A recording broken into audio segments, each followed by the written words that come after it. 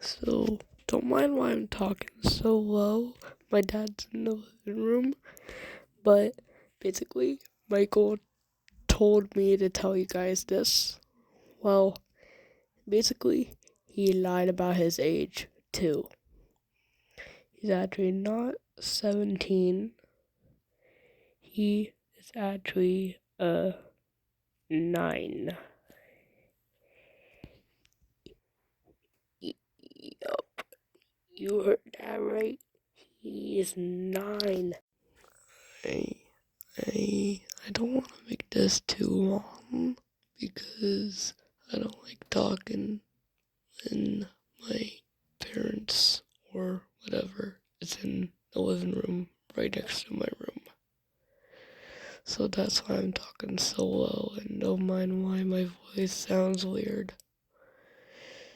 Yeah, it just sounds like that when I'm talking low. But other than that, yeah, Michael has been lying about his age too. Don't worry, I got his permission. He told me to tell you guys this.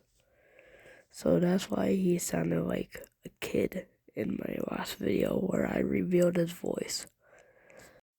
Anyways, I hope you have a good day tonight. Bye bye, my little cowgirls. Max out.